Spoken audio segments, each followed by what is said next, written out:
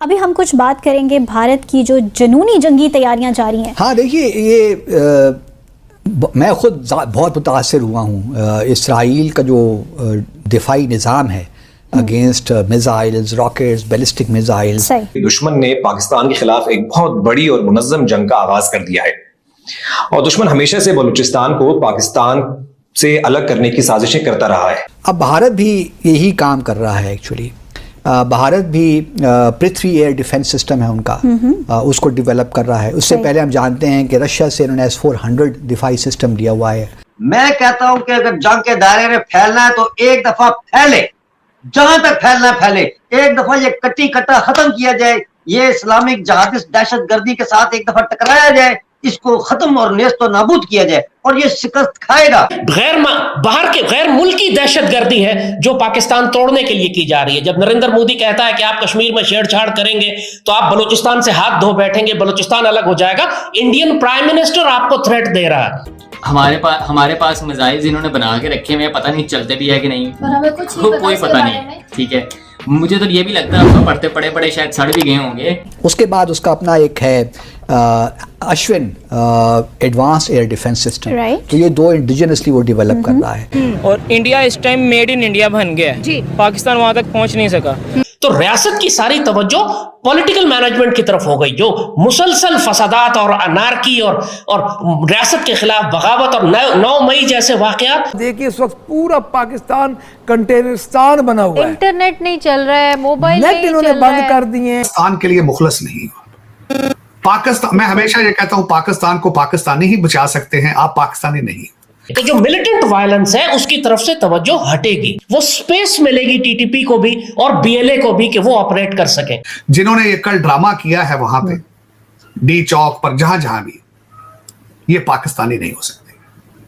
ان کے ذہن میں پاکستان کے لیے کچھ بھی نہیں. اب وہ لوگ جو لڑائی کی باتیں کرتے ہیں، جو کہتے ہیں کہ جی ہم انڈیا کو یہ کر دیں گے، انڈیا کو وہ کر دیں گے، بھائی آپ کچھ بھی نہیں کر سکتے، نہ فائنینشلی اور نہ آپ فزیکلی، کچھ بھی نہیں کرتے. نمسکار دوستو، سواگت ہے آپ لوگ کا ہندوستان اسپیشل کے ایک اور نئے ویڈیو میں. دوستو بھارت جس طریقے سے ہتھیار کی ریس میں سب سے آگے نکلتا جا رہا ہے اور لگاتار لیٹسٹ جو بھی ہتھیار ہیں وہ خرید رہا ہے، اس کو لے کے پاکستان بہت زیادہ پریشان ہے. ویسے تو بھارت نے صاف کر دیا ہے کہ ہم جو ہتھیار لے رہے ہیں اس کا اپیوگ جو ہے وہ اگر ہوگا بھی تو یہ چائنا کے خلاف ہوگا. لیکن پاکستان کو ڈر لگ رہا ہے کہ بھارت جو بھی ہتھیار خرید رہا ہے وہ پاکستان کے خلاف یوز کرنے کے لیے خرید رہا ہے، چائنا سے اس کا کچھ نہیں ہونے والا ہے. اور دیکھنے والی بات ہوئی کہ بھارت کی طرف سے جو بھی ہتھیاریں ابھی تک خریدی گئی ہیں اس کا رینج کیا ہے. تو رینج اگر دیکھا جائے تو لگ بھگ چین کو وہ ہٹ کرتی ہیں، اور چین کے جو بیجنگ شہر ہے اس کو بھی ہٹ کرتی ہے. تو کہیں نہ کہیں بھارت نے جو ہتھیار لیا ہے وہ دونوں دیش کو دیکھ کے لیے، کیونکہ ہمارے سب سے پڑوسی دیش جو ہیں وہ دو ہی ایسے دیش ہیں جو کہ بھارت کے خلاف ہیں. ایک تو چین ہے اور ایک جو ہے وہ پاکستان ہے. حالانکہ ابھی چین تھوڑی بہت جو ہے وہ پیچھے ہٹا ہے، لیکن پھر بھی چین کو آپ کو پتہ ہی ہوگا کہ چین جو ہے وہ پیچھے ہٹتا ہے، پھر وہ اچانک سے جو ہے وہ آگے بڑھنے کی کوشش کرتا ہے. تو کہیں نہ کہیں بھارت نے جو ہے ہتھیاروں کے ریس میں جس طریقے سے آگے کی اور بڑھ رہا ہے اس کو دیکھ کے لال ٹوپی سے لے کے جو پاکستان کی میڈیا ہے وہ بھی اس پہ حیران ہے کہ بھارت اتنے ہتھیار آخرکار خرید کیوں رہا ہے اور اس خریدنے کے پیچھے جو ہے وہ بھارت کا مقصد کیا ہے. تو چلیے ویڈیو میں چلتے ہوئے دیکھتے ہیں پاکستانی میڈیا کے ان سب چیزوں پہ کیا ریئیکشن ہے. میں خود بہت متاثر ہوا ہوں. اسرائیل کا جو دفاعی نظام ہے against missiles, rockets, ballistic missiles, 3 Laird system ہے نا ان کا ڈیفنس کا. پہلے ہے ان کا آئرن ڈوم جو شارٹ رینج راکٹس وغیرہ کے لیے، میزائلز کے لیے. اس کے بعد پھر آتا ہے ڈیوڈ سلنگ جو میڈیم رینج میزائلز وغیرہ کے لیے ان کو انٹرسیپٹ کرتا ہے. اور پھر آخر میں ہے ایرو 1 2 3 بڑے سسٹمز انہوں نے دفاعی بنا چکے ہیں جو بیلسٹک میزائلز کو انٹرسیپٹ کرتا ہے. جو ابھی 1 اپریل کو ہوا تھا اس میں جو ایرو سسٹم ہے اس نے بڑا کلیدی کردار ادا کیا بھارت اسرائیل کے دفاع میں. اب بھارت بھی یہی کام کر رہا ہے. ایکچولی بھارت بھی پرتھوی ایئر ڈیفنس سسٹم ہے ان کا، اس کو ڈیولپ کر رہا ہے. اس سے پہلے ہم جانتے ہیں کہ رشیا سے انہوں نے S-400 دفاعی سسٹم لیا ہوا ہے. 3 ان کو مل گئے ہیں بیٹریز، 2 اور ملنی ہے. تقریباً $5.6 بلین کا یہ ایگریمنٹ تھا. تو 5 سسٹمز ملنے تھے، لیکن روس اور یوکرین کی وار کی وجہ سے تھوڑا بہت اس میں ڈیلے ہو گیا ہے. اب 2 جو بیٹریز آئیں گی وہ اگلے سال شاید آ جائیں. تو بھارت یہ بھی لے رہا ہے دفاعی سسٹم. اس کے بعد اس کا اپنا ایک ہے اشون ایڈوانس ایئر ڈیفنس سسٹم، تو یہ 2 انڈیجنسلی وہ ڈیولپ کر رہا ہے.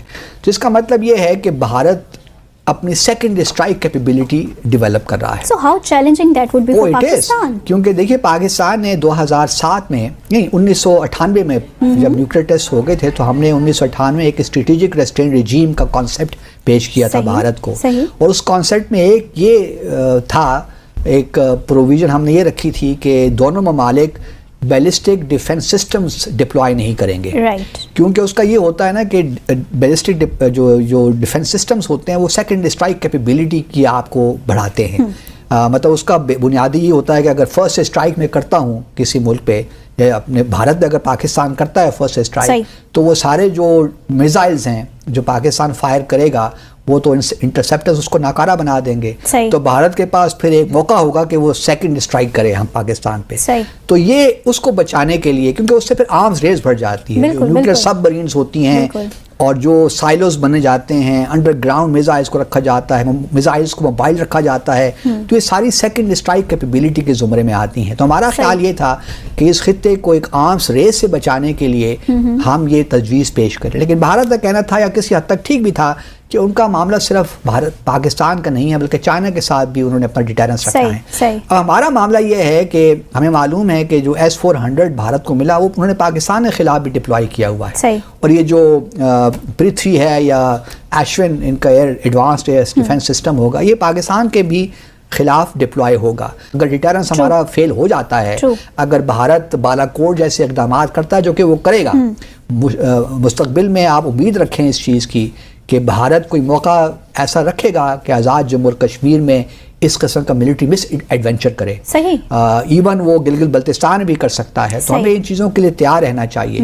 کیا ہمارے پاس یہ کیپیبلٹی ہے کہ ہم ڈیٹرنس کو کریڈیبل رکھیں, کہ بھارت کو یہ معلوم ہو کہ اگر اس نے اس قسم کا ملٹری مس ایڈونچر کیا تو پاکستان پھر فلی اس کو ریئیکٹ کرے گا, اس پہ ریٹیلیٹ کرے گا. تو کیا تیاری ہے ہماری تیاری ہونی چاہیے نا. میں یہی کہہ رہا ہوں کہ ہمیں جس طرح بالا کوٹ ہماری اسپیس کو بریچ کرتے ہوئے بھارت کے آگے تھے تیارے, وہ یہ اس قسم کی چیزیں دوبارہ نہ ہوں, کیونکہ اس سے ہمارا ڈیٹرنس کمزور ہوتا ہے. بھارت کو یہ شے ملتی ہے, کیونکہ جو کولڈ اسٹار ڈاکٹرن ہے نا بھارت کا, اس کا اکثر کرکس یہ ہے کہ وہ 48 اور 72 گھنٹوں میں کوئی ایسا ایکشن لے لیں اور کہ پاکستان کو اتنا ڈیمیج کر دیں کہ اور پھر وہ ایکشن ختم ہو جائے اور پاکستان ایسکلیٹ نہ کر سکے سچویشن کو, کہ نیوکلیئر جہاں پہ نیوکلیئر ویپنز کا استعمال ہو.